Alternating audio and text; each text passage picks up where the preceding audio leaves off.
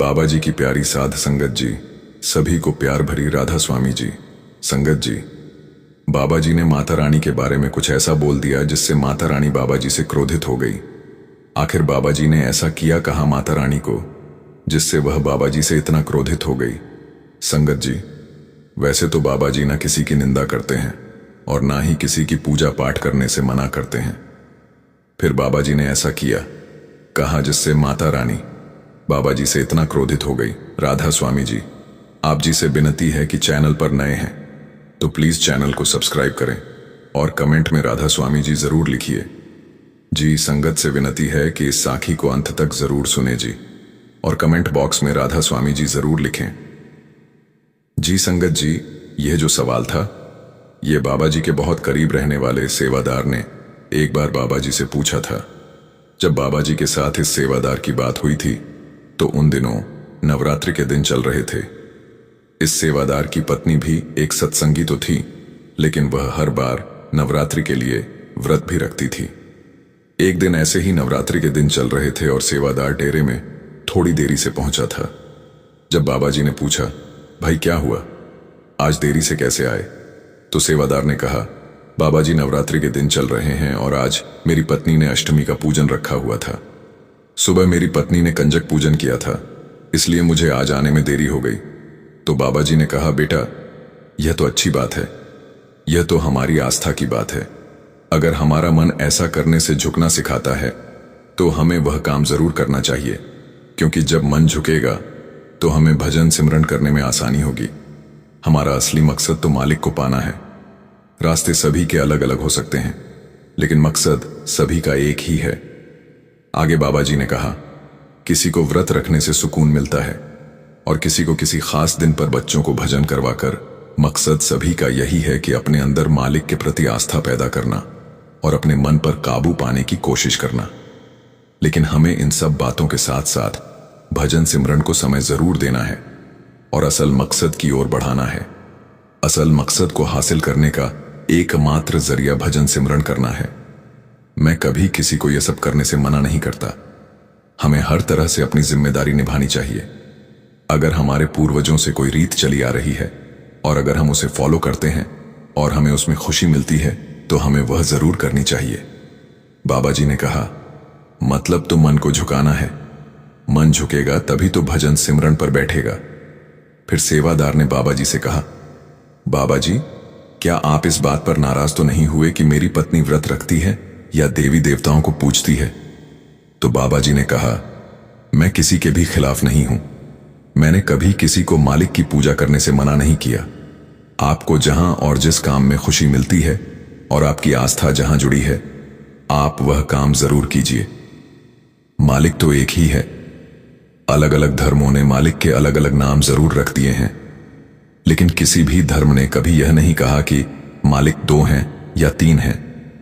फिर बाबा जी ने सेवादार को देवी देवताओं के स्थान के बारे में समझाते हुए कहा, पुराने समय में मंदिर इसलिए बनवाए गए क्योंकि उस समय परिवार बहुत बड़े करते थे।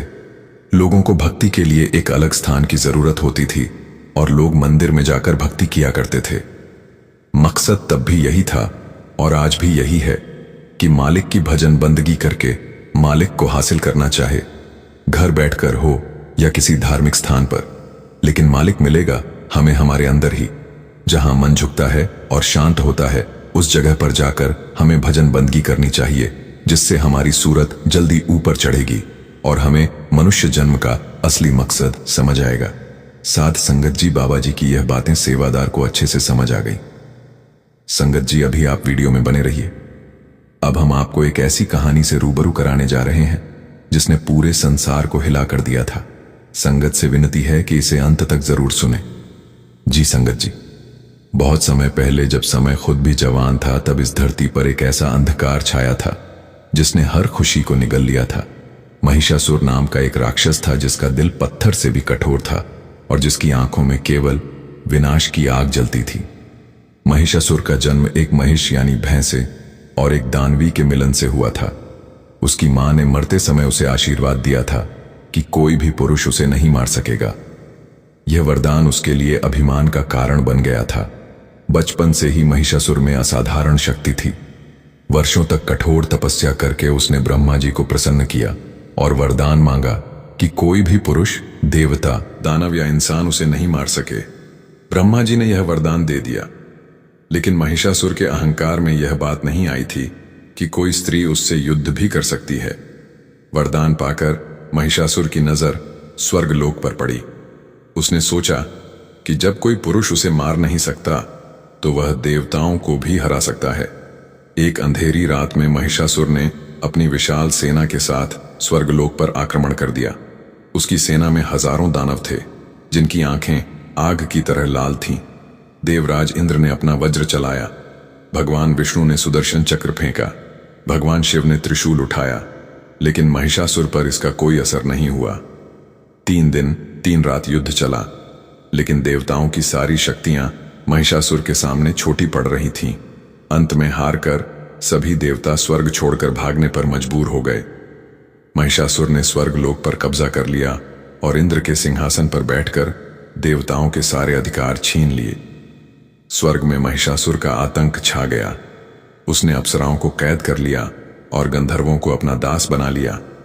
स्वर्गलोक जो कभी संगीत और खुशी से भरा रहता था, वह अब रोने चीखने की आवाजों से भर गया। स्वर्गलोक पर महिषासुर के कब्जे का असर धरती पर भी पड़ने लगा। सूर्य और चंद्र उसके नियंत्रण में होने से मौसम का चक्र बिगड़ गया। कभी तेज धूप पड़ती, कभी भयानक बारिश होती। खेतों में फसल नहीं उगती थी। नदियां या तो सूख जाती या बाढ़ से भर जाती। पेड़ों पर फल नहीं आते थे। पशु पक्षी परेशान थे। इंसानों की हालत और भी खराब थी। भूख और प्यास से लोग तड़प रहे थे। बीमारियां फैल रही थीं। बच्चे रो रहे थे और माताएं उन्हें चुप कराने के लिए खुद रो रही थीं। सबसे दुखद बात यह थी कि लोग प्रार्थना करते थे, लेकिन उनकी प्रार्थनाएं स्वर्ग तक नहीं पहुंच पा रही थीं। मंदिरों में पुजारी निराश होकर बैठे थे। लोग सोचने लगे थे कि शायद धर्म हार गया है। स्वर्ग से निकाले गए देवता इधर उधर भटक रहे थे। उनकी दशा बहुत दयनीय थी। जो कभी सुनहरे सिंहासनों पर बैठते थे, वे अब जंगलों में छुप रहे थे। सबसे ज्यादा दुख की बात यह थी कि धरती से लोगों की पुकार उन तक पहुंच रही थी, लेकिन वे कुछ नहीं कर सकते थे। एक दिन सभी देवता एक जगह इकट्ठे हुए। इंद्र ने कहा, हमने अपने अहंकार में यह नहीं सोचा था कि हम भी हार सकते हैं। विष्णु भगवान ने कहा, यह सिर्फ शक्ति की हार नहीं है, यह हमारी सोच की भी हार है। हमने सोचा था कि पुरुष शक्ति ही सब कुछ है। शिव भगवान ने कहा, ब्रह्मांड में जो सबसे बड़ी शक्ति है वह है शक्ति स्वयं और शक्ति का रूपमान है। हमें मां की शरण में जाना होगा। सभी देवताओं ने निर्णय लिया कि वे आदि शक्ति मां भवानी के पास जाकर विनती करेंगे। हिमालय की सबसे ऊंची चोटी पर जहां बर्फ हमेशा चमकती रहती है और हवा में दिव्यता का एहसास होता है। सभी देवता इकट्ठे हुए। उनके दिल में भक्ति थी और आंखों में आंसू थे। इंद्र ने सबसे पहले प्रार्थना शुरू की। उनकी आवाज में दर्द था। हे मां, हे आदि शक्ति, हे जगत जननी, हमारी रक्षा करो। हमारे अहंकार ने हमें अंधा बना दिया था। अब हमें एहसास हुआ है कि तुम्हारे बिना हम कुछ भी नहीं हैं।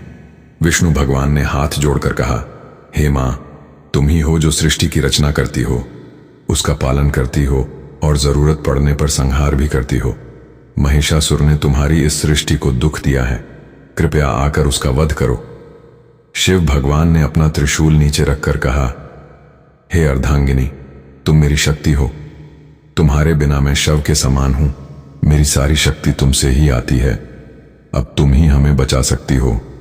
ब्रह्मा जी ने कहा, हे मां, मैंने महिषासुर को वरदान दिया था कि कोई पुरुष उसे नहीं मार सकेगा, लेकिन तुम स्त्री शक्ति हो, तुम उसे मार सकती हो। कृपया प्रकट होकर धर्म की रक्षा करो। अन्य सभी देवताओं ने भी अपनी अपनी प्रार्थनाएं की। उनकी आवाजों में इतना दर्द था कि पत्थर भी पिघल जाते। उनकी भक्ति इतनी सच्ची थी कि आकाश में तारे भी रो रहे थे। 3 दिन 3 रात तक लगातार प्रार्थना चलती रही। देवता न खाते थे न सोते थे, बस मां को पुकारते रहते थे। उनके आंसुओं से हिमालय की बर्फ भी गीली हो गई थी। चौथे दिन सुबह जब सूरज उगने वाला था, तब आकाश में एक अजीब सी रोशनी दिखाई दी। यह रोशनी सूरज से भी तेज थी, लेकिन आंखों को दुख नहीं दे रही थी। यह रोशनी मां की थी। अचानक आकाश से दिव्य प्रकाश निकला और पूरा ब्रह्मांड उसमें नहा गया। उसी प्रकाश से मां दुर्गा प्रकट हुई। उनका रूप अलौकिक था। आंखों में करुणा और शक्ति दोनों झलक रही थी। उनके 10 हाथ थे और हर हाथ में एक अलग हथियार जो सुरक्षा का प्रतीक लग रहे थे। मां दुर्गा को देखते ही देवताओं का भय मिट गया और उनके दिलों में आशा जागी। मां ने कहा, मेरे बच्चों, तुम्हारा दुख देखकर मैं आ गई हूं। महिषासुर को उसके पाप की सजा मिलेगी। इंद्र ने कहा, मां, हमारे अहंकार से यह संकट आया है। मां ने उत्तर दिया, गलती इंसान से होती है, लेकिन उसे स्वीकार करना और सुधारना महानता है। अब मैं तुम्हारी रक्षा करूंगी। विष्णु ने पूछा, मां, हमारे हथियार बेअसर हैं, आप कैसे विजय पाएंगी? मां मुस्कुराई और बोली, तुम्हारे हथियारों में तुम्हारी शक्ति है, लेकिन मेरे हथियारों में पूरे ब्रह्मांड की शक्ति है, क्योंकि मैं ही उसका स्रोत हूं। मां दुर्गा ने देवताओं से कहा, अब तुम सब अपनी अपनी शक्ति मुझे दे दो। जब सारी शक्तियां एक हो जाएंगी, तब महिषासुर का अंत होगा। सबसे पहले भगवान शिव आगे आए। उन्होंने अपना त्रिशूल मां को भेंट किया। जैसे ही मां ने त्रिशूल हाथ में लिया, वह दिव्य प्रकाश से चमकने लगा। फिर भगवान विष्णु ने अपना सुदर्शन चक्र दिया। चक्र मां के हाथ में आकर सोने की तरह चमकने लगा। इंद्र ने अपना वज्र दिया। वज्र में अब पहले से भी ज्यादा बिजली की शक्ति आ गई। वरुण ने अपना शंख दिया। अग्निदेव ने अपनी आग दी। वायुदेव ने अपनी हवा की शक्ति दी। सूर्यदेव ने अपनी रोशनी दी। जैसे जैसे देवता अपनी शक्तियां मां को दे रहे थे, मां का तेज बढ़ता जा रहा था। उनके चारों तरफ एक दिव्य प्रकाश का घेरा बन गया था। हिमालय के राजा पर्वत ने मां को एक शेर दिया। यह शेर कोई साधारण शेर नहीं था। यह दिव्य शेर था जिसकी आंखों में आग जलती थी और जिसकी दहाड़ से पहाड़ हिल जाते थे। मां दुर्गा शेर पर बैठी तो वह दृश्य अद्भुत था। मां की सुंदरता और शेर की शक्ति का मेल देखकर सभी देवता मंत्रमुग्ध हो गए। मां ने कहा, अब मैं तैयार हूं। देवताओं ने खुशी से जय जयकार की। पहली बार कई दिनों बाद उनके चेहरों पर खुशी दिखाई दी। मां ने अपना शंख बजाया। उसकी आवाज तीनों लोकों में गूंज गई। महिषासुर स्वर्गलोक में इंद्रासन पर बैठा था। तभी मां दुर्गा के शंख की गूंज से उसका कान फटने लगा। उसने सैनिकों से पूछा कि यह कैसी आवाज है? एक सैनिक बोला, महाराज, यह किसी नई शक्ति की आवाज है। महिषासुर हंसते हुए बोला, मैं महिषासुर हूं, मुझसे कोई नहीं लड़ सकता। चलो देखते हैं। वो सेना लेकर हिमालय पहुंचा, जहां मां दुर्गा प्रकट हुई। उनकी सुंदरता देखकर वह मोहित हुआ और उन्हें अपनी रानी बनाने का विचार किया। पर हथियारों और तेजस्वी रूप को देख उसे समझ आया कि यह साधारण स्त्री नहीं है। उसने अपने शक्तिशाली सैनिकों को आगे भेजा, लेकिन मां दुर्गा ने त्रिशूल के एक वार से सैकड़ों दानव मार गिराए। शेर की दहाड़ से आकाश गूंज उठा और धरती कांप गई। महिषासुर को पहली बार भय हुआ। उसने अपना बलशाली सेनापति भेजा, जो समुद्र पी जाने जितना सामर्थ्यवान था। पर मां दुर्गा ने सुदर्शन चक्र से उसका सिर धड़ से अलग कर दिया। यह देखकर महिषासुर क्रोध से भर उठा कि एक स्त्री उसकी पूरी सेना को कैसे हरा सकती है। महिषासुर स्वयं युद्ध में उतरा। उसका रूप अत्यंत डरावना था। आंखें अग्नि की तरह जल रही थीं और सींग चांद की तरह चमक रहे थे। उसने पूरी शक्ति से मां दुर्गा पर आक्रमण किया, जिससे धरती कांपने लगी और पहाड़ टूटने लगे। लेकिन मां दुर्गा निर्भय थी। उन्होंने त्रिशूल और अन्य अस्त्रों से हर वार का जवाब दिया। युद्ध इतना भयंकर था कि आकाश में अग्निवृष्टि होने लगी और समुद्र में तूफान उठने लगे। महिषासुर कभी भैंसा, कभी शेर, कभी हाथी बनता, लेकिन मां दुर्गा हर रूप में उसे परास्त करती रही। उनका शेर भी महिषासुर के रूपों से लड़ा। 9 दिन तक यह भीषण युद्ध चलता रहा। 8वें दिन महिषासुर ने अपनी सबसे बड़ी शक्ति और समस्त बुराई प्रकट की, जिससे देवता भी भयभीत हो गए। तब मां दुर्गा मुस्कुराकर बोली कि अब मैं अच्छाई की शक्ति दिखाऊंगी। 9वें दिन सुबह अंतिम युद्ध शुरू हुआ। महिषासुर ने पूरी शक्ति झोंक दी। उसकी आंखों से आग और मुंह से जहर निकल रहा था। मां दुर्गा के 10 हाथों में अस्त्र चमक रहे थे और उनका तेज सूरज से भी अधिक हो गया था। महिषासुर ने सिंहों और पैरों से प्रहार किया, जिससे धरती और पहाड़ कांपने लगे। पर मां ने त्रिशूल और अपने शेर से उसे रोक लिया। दोनों के बीच भीषण युद्ध हुआ, लेकिन मां दुर्गा की शक्ति लगातार बढ़ती रही, क्योंकि सृष्टि का आशीर्वाद उनके साथ था। आखिरकार महिषासुर ने अपना असली रूप दिखाया। आधा इंसान और आधा भैंसा। उसने अंतिम आक्रमण किया, पर मां दुर्गा ने उसका सीना दबाकर त्रिशूल उसकी गर्दन पर तान दिया। महिषासुर बोला कि वह उन्हें अपनी रानी बनाना चाहता है और तीनों लोकों पर साथ राज करेगा। मां दुर्गा ने उत्तर दिया कि उसने निर्दोषों पर अत्याचार किया है और उसकी सजा मौत है। यह कहकर मां ने त्रिशूल उसकी गर्दन में भोंक दिया और उसका अंत कर दिया। महिषासुर की मृत्यु के साथ ही अंधकार मिट गया और उसकी सेना भाग गई। मां दुर्गा का त्रिशूल महिषासुर के शरीर में धंसा था और उनका पैर उसकी छाती पर यह दृश्य बता रहा था कि अच्छाई की जीत हुई है और बुराई का अंत हुआ। आकाश से फूल बरसे और देवताओं ने खुशी से जय जयकार की। इंद्र ने मां के चरण छुए और उनका आभार व्यक्त किया। विष्णु ने कहा कि मां ने साबित किया कि स्त्री शक्ति सबसे बड़ी है और अहंकार को तोड़ा। शिव बोले कि शक्ति के बिना शिव शव है और मां ने यह सत्य फिर सिद्ध किया। मां दुर्गा ने सभी को आशीर्वाद दिया और कहा कि जब भी धरती पर बुराई बढ़ेगी वे फिर आएंगी। धरती पर लोग प्रसन्न होकर नाचने लगे। सूरज चमकने लगा, चांद की रोशनी लौट आई, हवा और पानी शुद्ध हो गए और खेतों में फसलें लहलहाने लगीं। महिषासुर की मौत की खबर से धरती पर खुशी फैल गई। बच्चे खेलने लगे, माताएं गाने लगीं और किसान नाच उठे। गांव के लोगों ने मां दुर्गा की मूर्ति बनाई, फूलों से सजाया और आरती की। तभी आकाश में मां दुर्गा प्रकट हुई और आशीर्वाद देते हुए बोली, हर साल इसी समय मेरी पूजा करना, 9 दिन तक मेरे अलग अलग रूपों की आराधना करना। मां ने कहा, मुझे फूल और मिठाई चाहिए, पर सबसे ज्यादा तुम्हारे दिल की सच्चाई चाहिए। मैं वहीं रहती हूं जहां प्रेम होता है। उन्होंने समझाया कि पहले 3 दिन दुर्गा की, अगले 3 दिन लक्ष्मी की और अंतिम 3 दिन सरस्वती की पूजा करनी चाहिए। मां ने बच्चों को आश्वासन दिया, मैं हर मां में हूं जो अपने बच्चे की रक्षा करती है। तुम डरना मत, मैं हमेशा तुम्हारे साथ हूं। मां दुर्गा ने लोगों को विस्तार से बताया कि कैसे नवरात्रि मनानी चाहिए। उन्होंने कहा, यह पर्व सिर्फ मेरी याद में नहीं है, यह उस जीत की खुशी में है जब अच्छाई ने बुराई को हराया था। पहले दिन से तीसरे दिन तक मां दुर्गा की पूजा करनी चाहिए। इन दिनों में मां का रूप योद्धा का है। वे बुराई से लड़ती है और अपने भक्तों की रक्षा करती है। चौथे दिन से छठे दिन तक मां लक्ष्मी की पूजा करनी चाहिए। यह दिन खुशहाली और समृद्धि के हैं। मां लक्ष्मी अपने भक्तों को धन दौलत और सुख शांति देती है। 7वें दिन से 9वें दिन तक मां सरस्वती की पूजा करनी चाहिए। यह दिन ज्ञान और कला के हैं। मां सरस्वती अपने भक्तों को बुद्धि और विद्या देती है। मां ने यह भी बताया कि इन 9 दिनों में लोगों को व्रत रखना चाहिए। व्रत का मतलब सिर्फ खाना छोड़ना नहीं है।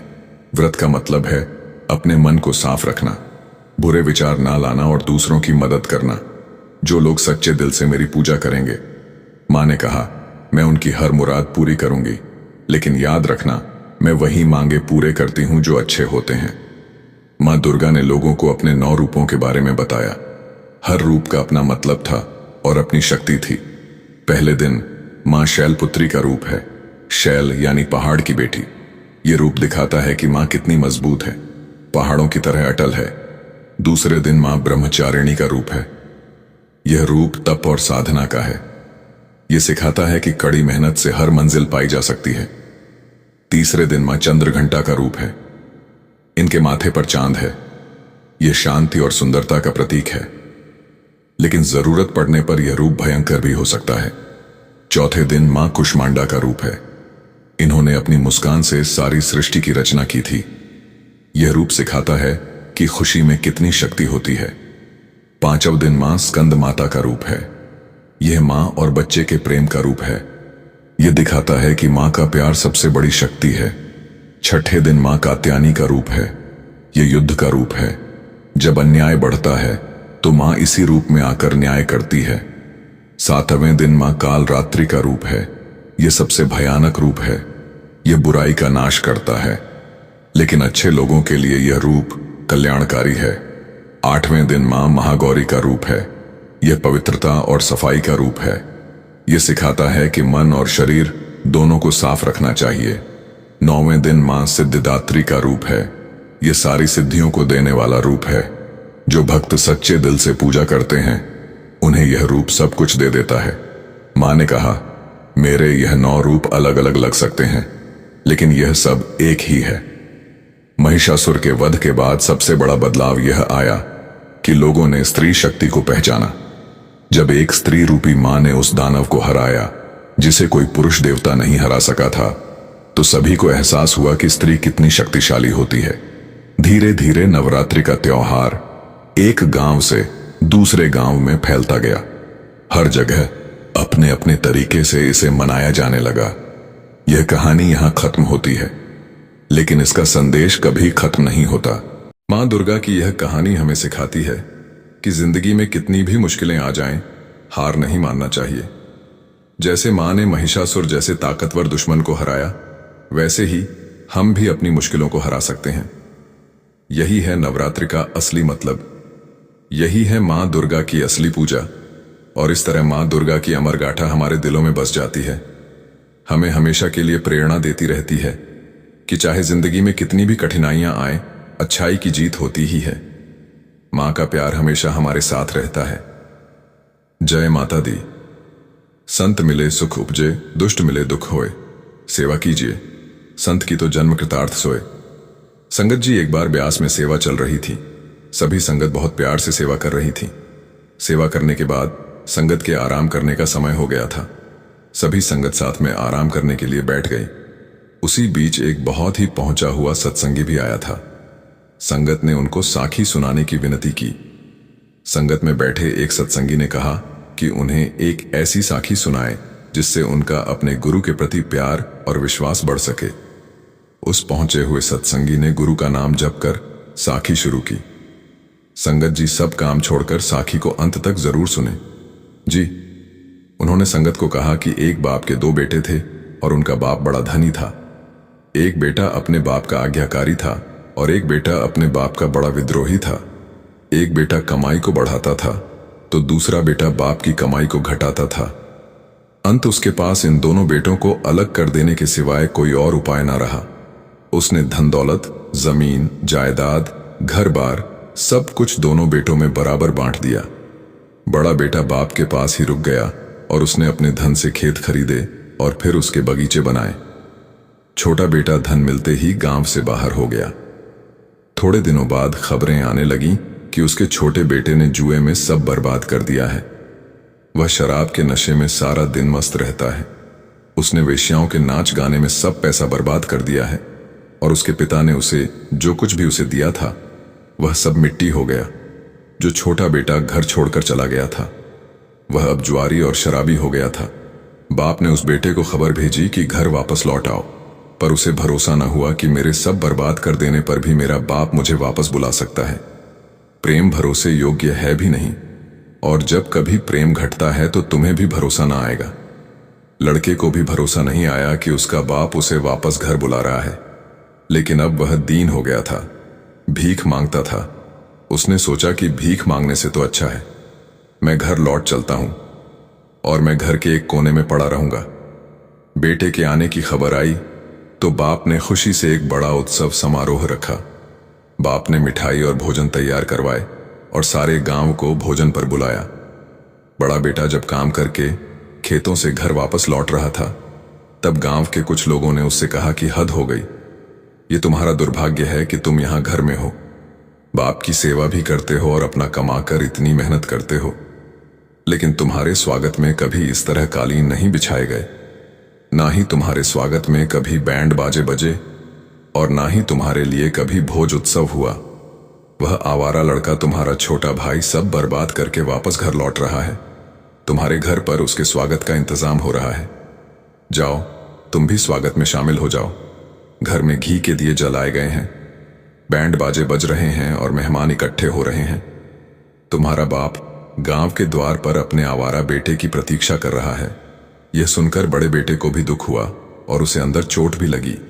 वह घर जाकर उदास बैठ गया, और जब बाप छोटे बेटे को जो घर से भाग गया था उसे लेकर वापस लौटा तो बड़े बेटे को उदास पाकर उसने पूछा कि तू उदास क्यों है बेटा? उस बड़े बेटे ने कहा, पिताजी उदासी स्वाभाविक है, मेरा कभी कोई स्वागत नहीं हुआ। मैं आपकी सेवा कर रहा हूं, मैं आपके लिए धन कमा रहा हूं, आपने मुझे जितना धन दिया है उस धन से 4 गुना मैंने कर दिया है, और यह आवारा सब बर्बाद करके लौट आया है। तब भी आप इसका स्वागत धूमधाम से कर रहे हो। तो बाप ने अपने बड़े बेटे को कुछ बातें कहीं जो समझने योग्य हैं। बाप ने कहा, बेटा, प्रेम कमाने वाले में और गैर कमाने वाले में फर्क नहीं करता। प्रेम अंधा होता है, और प्रेम जो निकट है उसके प्रति तो आश्वस्त है। जो दूर चला गया है उसे पास लाने की कोशिश करता है। और तुम मेरे पास ठीक ठाक हो, इसलिए तुम्हारे लिए किसी विशेष उत्सव रखने की मुझे जरूरत ही नहीं पड़ी, क्योंकि तुम सही रास्ते पर हो।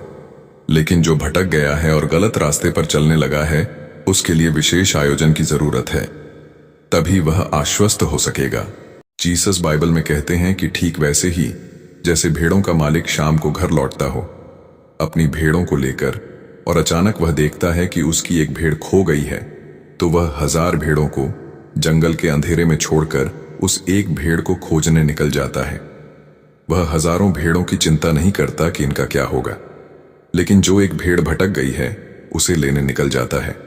और जब वह एक भेड़ उसे मिल जाती है तो भटकी हुई उस भेड़ को वह अपने कंधे पर रखकर वापस लौटता है। साध संगत जी, हमारे बाबा जी भी यही कहते हैं कि हमारा असली बाप वह परमात्मा भी कुछ ऐसे ही हम बिछड़ी हुई आत्माओं को ऐसे प्रेम पूर्वक रास्ता दिखाते हैं जो रूहें रूहानी मार्ग से भटक जाती हैं या बिछड़ जाती है। उनको अपने साथ अपने सच्चे घर ले जाने के लिए वह भगवान मनुष्य के बीच में एक गुरु को भेजता है। वह गुरु भटकी हुई आत्माओं को नाम का दान बख्शकर उनको सही रास्ता बताते हैं। गुरु उन भटके हुए लोगों को रास्ते पर ले आते हैं और उन्हें समझाते हैं कि हमारा असली घर कहाँ है। जो भटके हुए जीव अपने गुरु का हुक्म मानकर सही रास्ते पर चलते हुए भजन सिमरन करते हैं, वह तो अपने असली घर 7 समुंदर पार पहुंच जाते हैं। और जो जीव अपने गुरु का कहना ना मानकर भजन सिमरन नहीं करता, वह भटक जाता है। हम भी उस छोटे बेटे की तरह भटके हुए हैं और अपने घर का रास्ता भूले बैठे हैं। इस दुनिया के ऐशो आराम में हम अपने असली घर का पता भूल चुके हैं। हमारा गुरु हमें ढूंढ रहा है और हमें अपने साथ ले जाने के लिए आवाज भी दे रहा है, लेकिन हम जीव उसकी आवाज को अनसुना कर रहे हैं। हम इस दुनिया की ऐशो आराम में इतने मग्न हो गए हैं कि हमें उसकी आवाज सुनाई ही नहीं देती।